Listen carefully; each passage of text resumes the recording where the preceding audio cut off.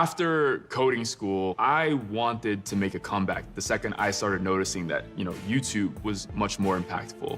Twitch, the tournaments in general, they were just a bigger deal nowadays, and everyone was catching on to something that we had fallen in love with years prior. And that was the Madden 18 year. In that year, I came back strong. I was in the driver's seat to do everything I wanted to do for the next year. And the first tournament of the year was the Jacksonville tournament. It was August 26th. I spoke to Ray the day before. He actually asked me to come to Jacksonville with him, but I just couldn't at the time. A lot of people actually ask me why I wasn't there. The reason why I wasn't there is because I wasn't good at the game. It was great to see everybody. It's the first tournament of the year. It's like the first day back at school. Everyone's hugging. First day happens, I win 2 of my matches out of 3. I hang out with a lot of my friends, catch up, we go get some food. Terrible experience for me as I then get food poisoning. I remember he called me, he told me he wasn't feeling good. It's now like 6 o'clock in the morning, I haven't slept that much. I know I have day 2 of this event. They tell me I'm playing VTech. And VTech is one of the better Madden players in the world as well. He's no joke, and I lose. And it was a very, very bad match for me, but my head wasn't even in it anymore. I was just so upset about everything that happened up till that moment. I'm frustrated by the event. I leave the exact room where everyone's playing, and I go to make a phone call just to see if I can get out of Jacksonville earlier. I remember sitting on the couch, watching the stream on my Xbox. The screen kind of faded away, and as the screen faded away, I heard a few loud pops. I thought it was like a balloon popped. I actually saw the shooter standing in the hallway, and I actually saw him shoot the second shot. Excuse me, not an easy out. Oh.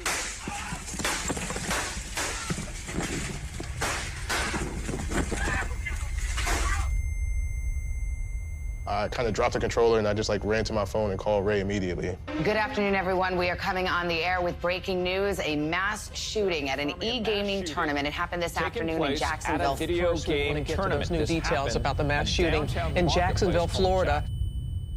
There is massive, massive commotion. There was serious fear in people's eyes, and that's all I needed to know to know that I gotta get away from whatever's happening right now. He didn't pick up the first time, and then I called right back, because I knew what was going on was so serious. And I knew the second that he called me, he'd know more because he's watching on stream. And that's when he tells me someone is shooting up the venue. There's just no way to take up that information and be like, you can't even ask him questions. You're running for your life right now. I hear a friend of mine and he's screaming, I'm shot, I'm hit, get help. That's just, he keeps saying it over and over again.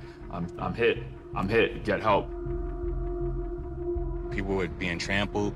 People were hiding, everybody was screaming in fear. I just get in the car and speed away, like as fast as I could. I'm going down the wrong way of traffic as police are now flying down, passing me. I seen people on the floor dead. I get in touch with Della, who was barricaded in the bathroom. And the first thing that he told me was, he said, True Boy's dead.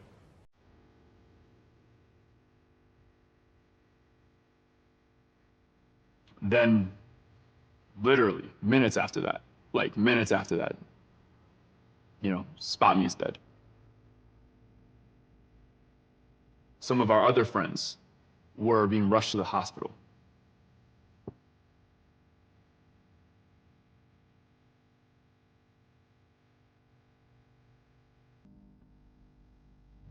It was just, there's just no words of how surreal something like that is.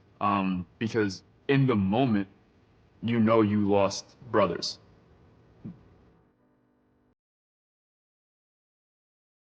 People have died. People don't know if they're gonna survive. I mean, there were very close calls. That's the first thing on people's minds. But then after, weeks, months, so on and so forth, you have more time to think about things. He took it as best as somebody possibly could. Did he have PTSD afterwards? Yes. Things go through your head about whether I would have beat VTech in that moment. And I would have been sitting in the same exact spot. He was willing to have the conversation, but I didn't want to feel like I was pushing him to talk about something he didn't want to talk about. That really affected him in a way that caused him to pivot. It's been months now.